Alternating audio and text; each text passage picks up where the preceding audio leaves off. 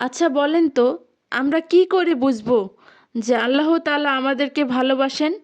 কিভাবে বুঝবো যে আল্লাহ তাআলা আমাদেরকে পছন্দ করেন? এটা বোঝার কিছু উপায় আছে।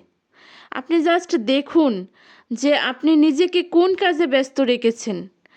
আপনি আপনার নিজের লাইফস্টাইলের দিকে একবার তাকান। যদি আপনি দেখেন যে ভালো ভালো কাজের সঙ্গে আপনার ব্যস্ততা, আপনার এঙ্গেজমেন্ট গুড লোকের সঙ্গে, সবসময় ভালো কাজে আপনার মন টানে, আপনি সবসময় ভালো কাজের সঙ্গে জড়িত, যদি আপনার কার্যক্রম এমন হয়, তাহলে আপনি বুঝবেন আল্লাহ তাআলা আপনাকে ভালোবাসে।